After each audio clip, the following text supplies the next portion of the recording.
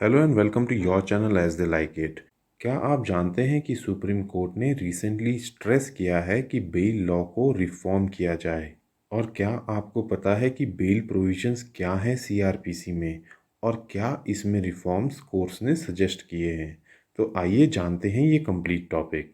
Recently Supreme Court ने कहा है कि एक प्रेसिंग नीड है for reforming the law related to bail, और गवर्नमेंट को कहा है कि वो कंसिडर करे framing a separate legislation on the lines of law in the United Kingdom. तो आइए पहले जानते हैं कि सुप्रीम कोर्ट ने क्या रूलिंग दी है। सुप्रीम कोर्ट की एक 2 जज बेंच ने क्लैरिफिकेशंस इशू किए हैं टू एन ओल्डर जजमेंट जो कि जुलाई 2021 में दिया गया था ऑन बेल रिफॉर्म। और ये जजमेंट था सत्येंद्र कुमार एंथिल वर्सेस सीबीआई। इस जजमेंट की क्लैरिफिकेशंस देते हुए सुप्रीम कोर्ट ने रेफर किया state of jails in the country, जहां सुप्रीम कोर्ट ने नोट किया कि 2/3 कैदी जो जेल में रह रहे हैं वो अंडर ट्रायल्स हैं। और इसी कारण से सुप्रीम कोर्ट ने स्ट्रेस दिया कि अरेस्ट एक ड्रैकोनियन मेजर है और इसको बहुत स्पैरिंगली ही यूज़ किया जाना चाहिए।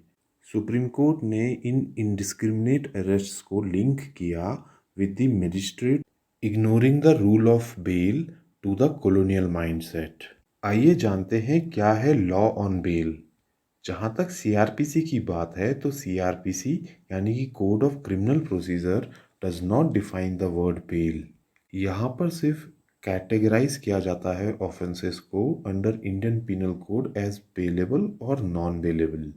सीआरपीसी एम्पावर करता है मजिस्ट्रेट्स को कि वो ग्रांट कर सकें bail for bailable offences as a matter of right, जहाँ पे सबमिट करना पड़ता है एक बेल बॉन्ड विद और विदाउट सिक्योरिटी।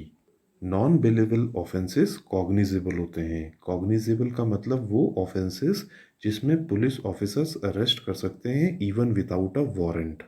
और ऐसे केसेस में मजिस्ट्रेट्स डिसाइड करते हैं कि एक्यूज्ड को बेल पे रिलीज किया जाना चाहिए या नहीं। आइए जानते हैं क्या है यूनाइटेड किंगडम का लॉ जिसको सुप्रीम कोर्ट ने रिफर किया है। यूनाइटेड किंगडम का बेल एक्ट ऑफ 1976 प्रेस्क्राइब करता है प्रोसीजर फॉर ग्रांटिंग बेल। और इस लेजिस्लेशन का मेन फीचर है कि जेल में बंद कैदियों की पॉपुलेशन को रिड्यूस किया जा सके।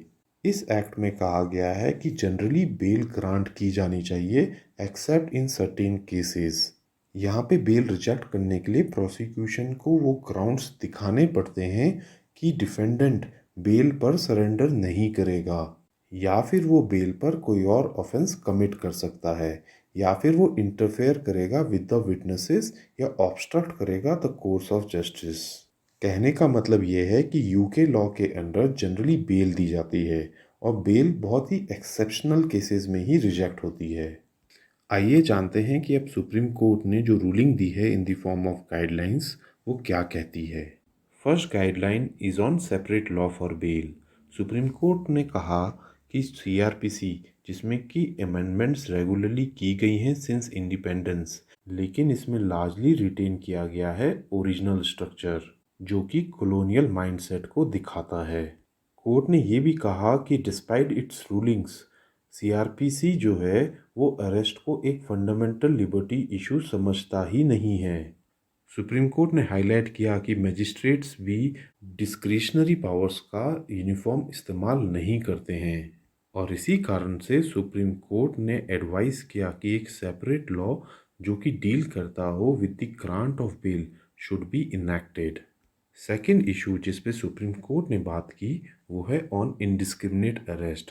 सुप्रीम कोर्ट ने कहा कि टू मैनी अरेस्ट किए जाने का एक कल्चर डेवलप हो चुका है हमारी कंट्री में, specially even for non cognizable offences, और ये टोटली अनवारंटेड है। इनफैक्ट सुप्रीम कोर्ट ने कहा कि even for cognizable offences arrest mandatory नहीं होती है, it must be necessitated. Supreme Court ने कहा कि लोअर कोर्ट्स को ये नेसेसिटी की कंडीशंस सेटिस्फाई होने के बाद ही अरेस्ट वारंट्स इशू करने चाहिए। आइए जानते हैं सुप्रीम कोर्ट ने बेल एप्लीकेशन के लिए क्या गाइडलाइंस दी।